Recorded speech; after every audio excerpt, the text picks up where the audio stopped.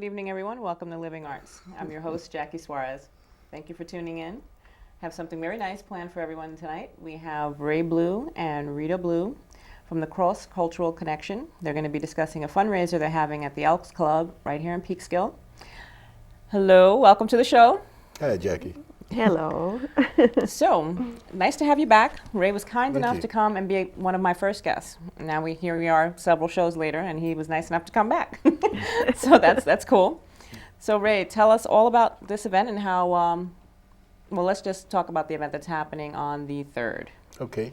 Well, it's our inaugural fundraiser for the Cross Cultural Connection, which is a 501c3 nonprofit organization based here in Peekskill.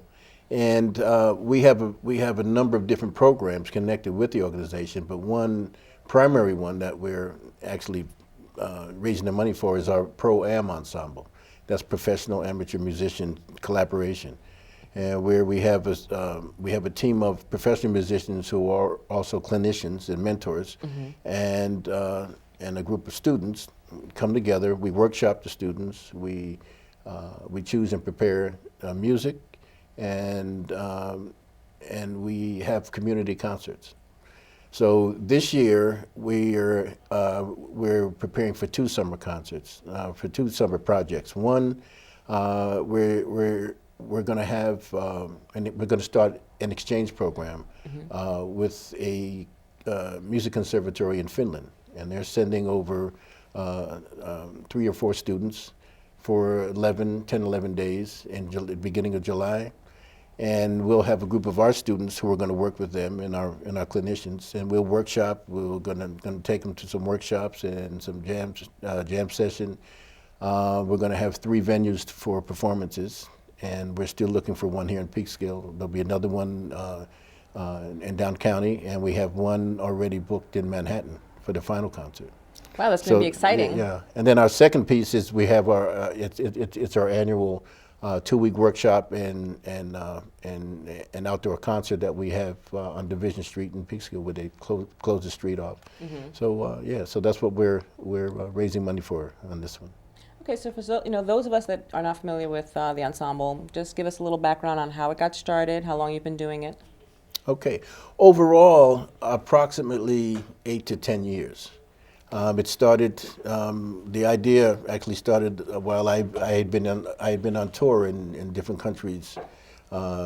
In China, I was in Beijing for 4 different years for 6 to 8 weeks, teaching jazz ensemble and saxophone. And I'm bringing my concept, my American, my African American concept, and the students they're responding to it. It's working. And I was in Africa. In South Africa, Gabon, and Tanzania, and Zambia, and I've been writing music, writing African-related music, and having them work it, and that whole concept.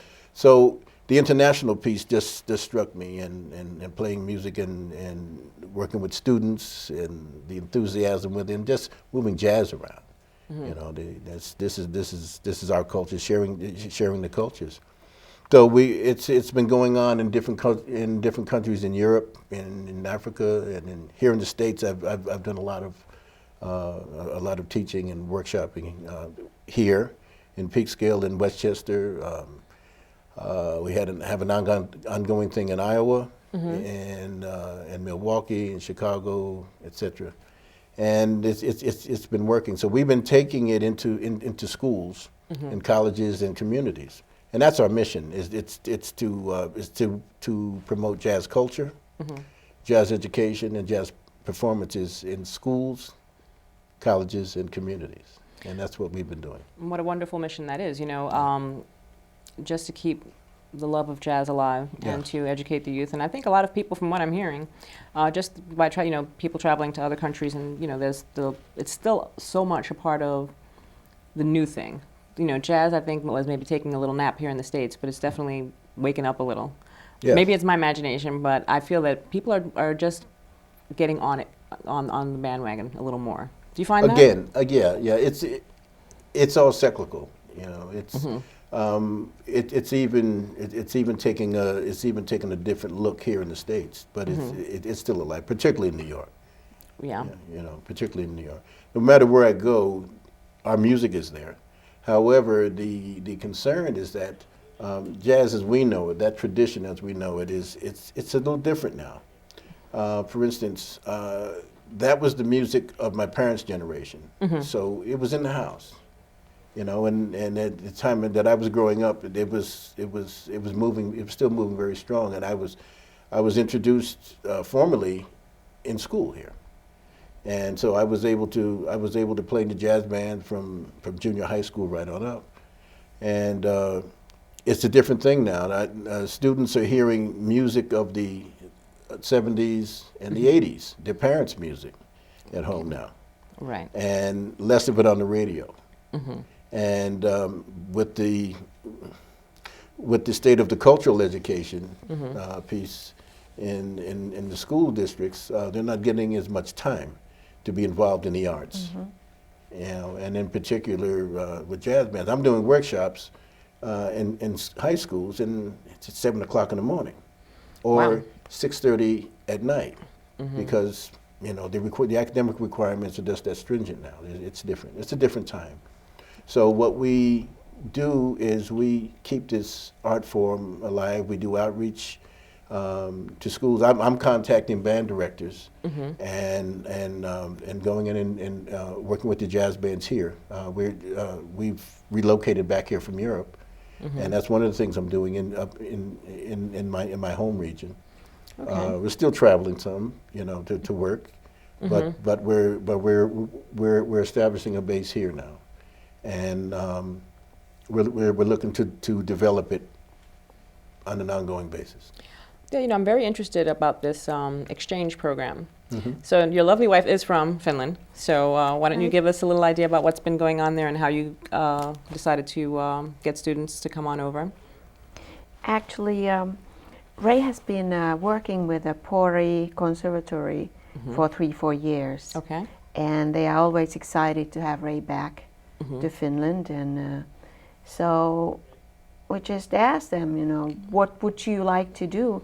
Would you like to create an exchange program with us? Yes. And they thought about it, and the answer was yes. So this is now the pioneering group coming over here. And the idea is to go to Finland the next summer. Okay, so then students that are in the ensemble now will be heading over there next summer. Yes. Yes, Oh, that's terrific. yes, and the feedback has been really good. We are all excited about it. Yeah, no, that's a terrific experience. Where are the students going to be staying when they are your house? Well, possibly. No, perhaps there'll be families hosting them. Right, I figured as much. You know, I did that as well when I was in college. You know, I went over to England for a semester, and we were there was like a little townhouse that we stayed at. There was a bunch of different students, but there was someone there of like a host family, and it was such a valuable experience in the way that I looked at the world, and just in so many ways. Yeah. So that's going to be terrific for the students here to do that. Yes, it is. It is. Well, that's one of the things that we also promote within our concept is that that students have a chance to interface with others from other cultures and other countries, other areas. It's extremely important. It is. It changes the way you look at the world. Yeah. You know, and there's something, just an understanding and a feel. You know, it's so very important. And I think as a musician, it'd probably be invaluable to just get an ear as to what's happening on their scene. I'm sure it's not different, but just incorporating what's happening musically in Finland and pop music, Yes. right? Yes. And it's a great age, and it's a life-changing experience. So how old are these students? High school age? The students from Finland are early college age. Okay. Our American students are high school and college age. And how long will they be staying here? They'll be staying here for about a week and a half. Okay. Yeah. Okay. So then they've picked out the students already, and Yes, I'm going to be spending a week with them in March. We're going over in another couple of weeks, and it's already scheduled. I'll be with them for a week, and I'll be bringing them material. We'll be workshopping and even do some performance there, and then and that's to get them prepared for they're going to be doing here. Oh, that's terrific. Yeah, Yeah, the no, concept no. of jazz it's an American art form. However, it's in all the it's around the world, and what we're doing is we're projecting our concept of it, of jazz, to the we're teaching it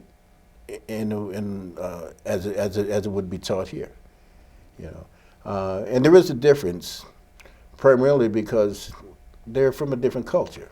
Their culture is from classical music. This is an American art form.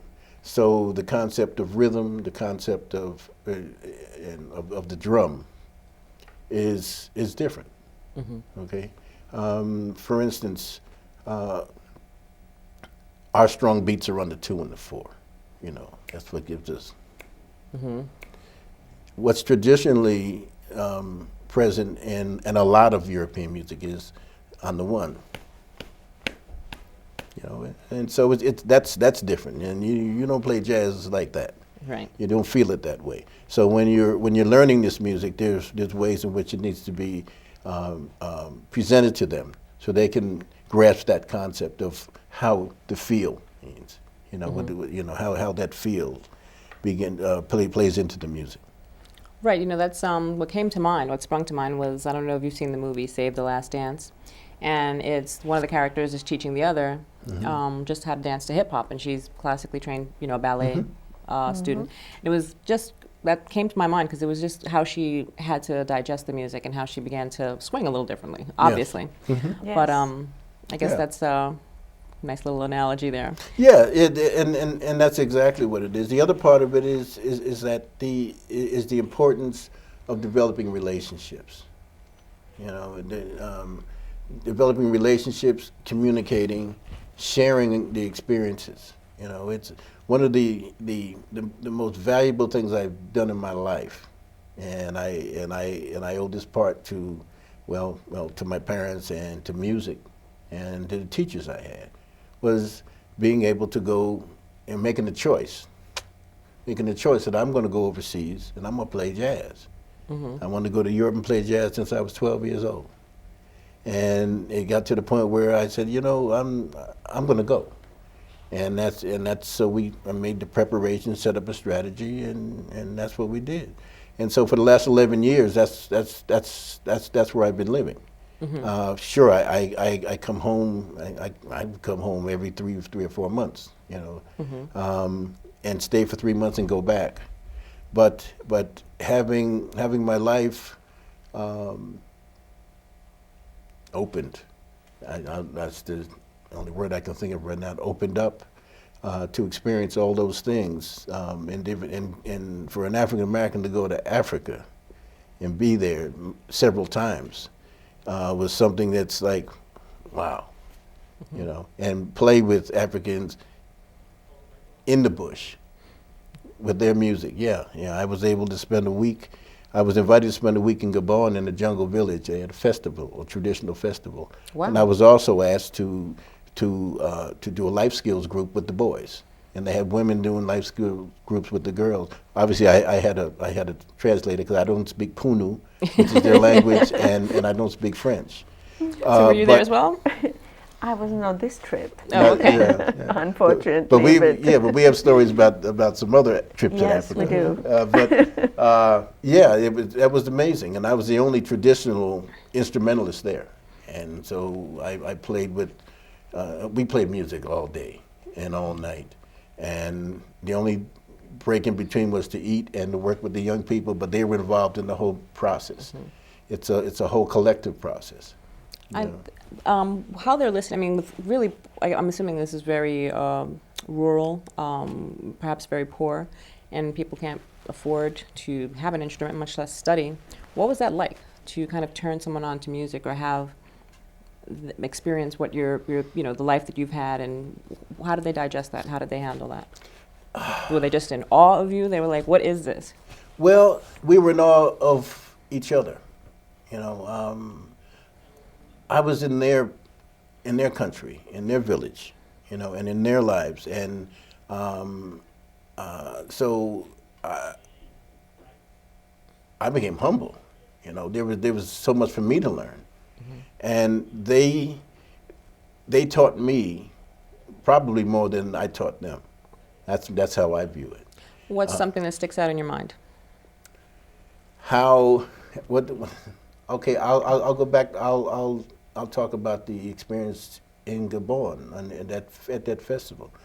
The first portion of that festival week was held down on the river. Well, we walked like a mile through the jungle down to the river. They built a stage on there. You got to the stage by walking across a fallen tree, and the rhythm, the band. I had brought some of my music, and I worked out the things with the rhythm section. It's not traditional jazz. I was writing African music, you know, as I know it. And then I gave it to them, and then they interpret it in their way with their rhythm, because the Gabonese play a rhythm, the South Africans play another thing that's a comfortable rhythm. The folks in Tanzania play another kind of rhythm. The folks in Zambia play another kind of rhythm. But the same tunes, but these tunes, they all created a different light. So What were some of the instruments that were being played? oh, well, drums, of course, and a lot of the drum instruments, the percussive instruments, were just wooden, you know, from trees and logs, etc.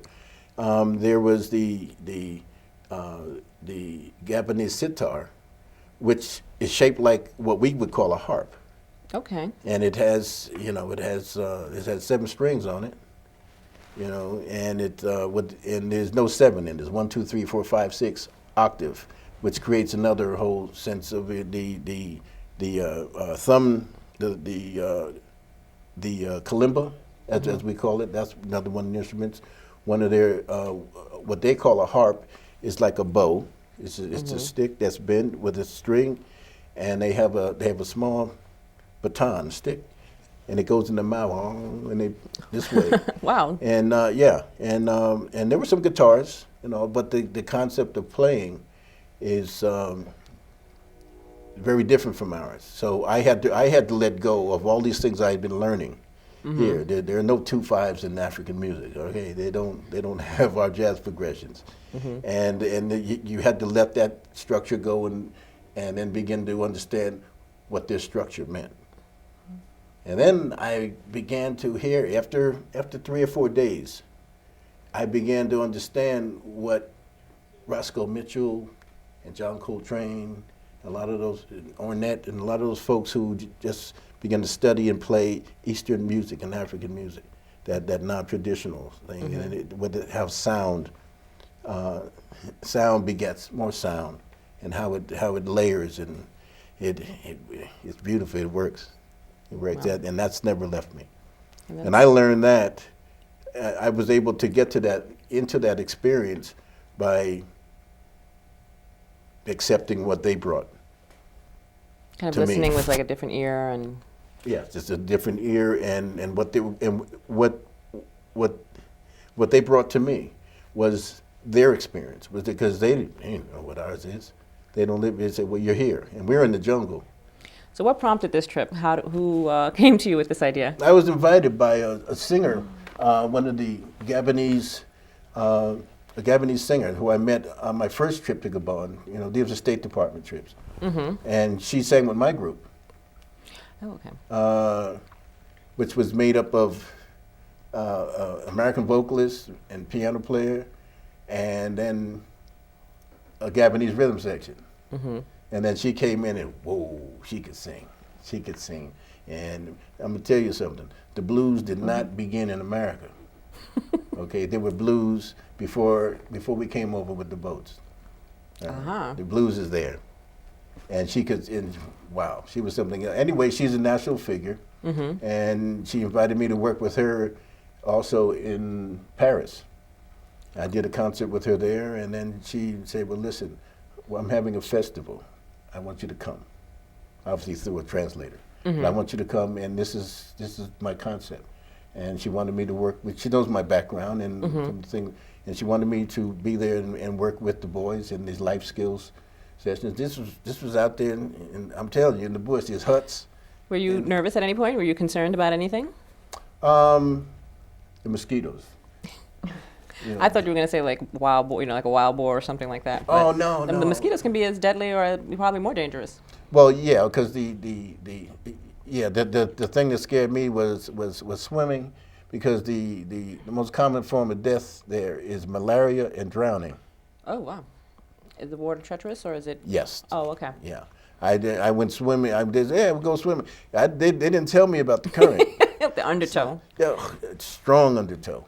Well, it caught me, and I said, "Whoa!" I hadn't gone far, and I came back, and but it was. Well, God has other Isn't it? plans for you, right? Yes. So And that I'm leads happy us about over that. here to our event that we're going to have on the 3rd. So let's talk about what you make a donation, you get tickets to go. What's that person going to experience? Lay it out for me. Okay. Well, we're going to start with the parade. Okay. The concept is celebrate Mardi Gras. And so, in Mardi Gras, New Orleans, the birthplace of modern jazz, and it's a celebration. And we're going to start at the gazebo, Okay. and play some music, and then march Park Street through the parking lot over to the Elks Hall. A short parade, but a parade. And inside, we're going to acknowledge the participants in the program. We have students who've been with us since we started here in Peekskill, which is about 4 years. And they're now I have students in college, and we started with students from Peekskill High School in Ossining and Kennedy High School. And some are in college now, and some, actually one in particular, he's traveling the world now. He's at Berkeley, and he hasn't been, our schedules hadn't mixed. But we're all really proud of him.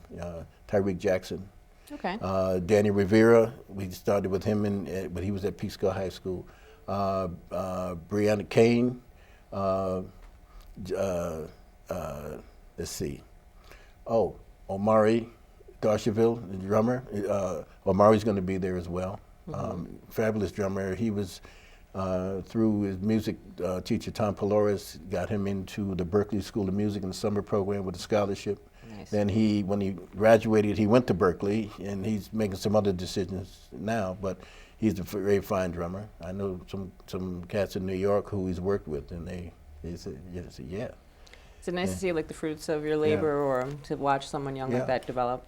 And then we have Sean McQuaid, trumpet player from Ossining, Alex Crane, saxophone player who was from Scarsdale. He's at Peabody Institute. Sean he's in State University, I believe, is in Potsdam.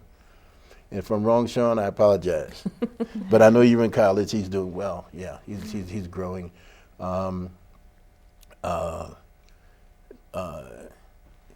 JR, what's JR's name? Phil St. George. Phil St. George Jr. JR, he's a drummer who's worked here with us. Marcus Franklin, a tap dancer. Okay, so is it like an award ceremony where you're going to acknowledge each? Well, we're going to acknowledge them and give certificates. We want folks to know who they are, and then we have some new students who are here. John Winton, tenor player from Lakeland, and we have a young lady, trombone player, who's also going to be coming for the first time. Carrie, I believe that's her first name, but yes, she'll be coming with us this time as well. At the event, we're going to have the students, the pro-am piece. They're going to do a couple of numbers. Okay. And then we're going to have our signature band, which will be my quartet this time. To play some, as well. I have a New Orleans repertoire for the program. Our keynote speaker is Vince Corazine. Now I have to say a little something about Vince. Vince grew up in Peekskill as well, and began his teaching career in 1962. And he was one of those people who was very influential in my life, as in regard to the music, and as a mentor, he still is. And he's the one who really opened up the jazz education piece and performance piece in Peekskill High School. There may have been some things going on before that, but he definitely made an impact. Is he still teaching there? No. Vince taught for a number of years here. He went from here. He was also a member of the Jazz Nights, the elite band at at West Point. He did writing for people on Broadway and TV. He left after he finished in Peekskill. He went to King's College. He was teaching there. I know that he spent a considerable amount of time at Johnson C. Smith University, the historically black college. Where is that located? In North Carolina. Okay. I knew it was right at the tip of my tongue. I couldn't remember. And Vincent Corzine at the HBC. The cat's hip. Okay, and he also he's amazing. He's amazing, you know. And he retired from there, came back, and he and his wife Norma live in Carmel now. But he's writing. He's been commissioned to do things in even with classical and symphony music in China and other places. He's authored several books. He's the arranger for the Pro-Am Ensemble. He does a lot of the arranging, and also performs with us. So we're really blessed to have him. He's our keynote speaker.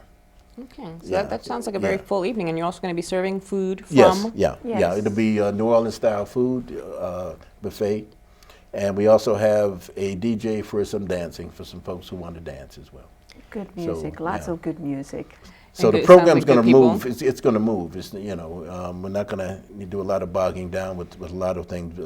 Vince has already been instructed that he needs to keep it short. is that what you're trying to say? I'm messing with it, but that's it. He's our keynote speaker. But the program is going to move along, and we just want to make sure that folks are aware of what's going on with this organization. We want to ensure that the younger generation has an opportunity to experience this part of our culture, and we're trying to nurture another generation of jazz enthusiasts. Yeah, you know, I wanted to. That's terribly important. You know, it sounds like the evening is both going to be fun and informative. Yes. You know, the fundraising part of it, which is.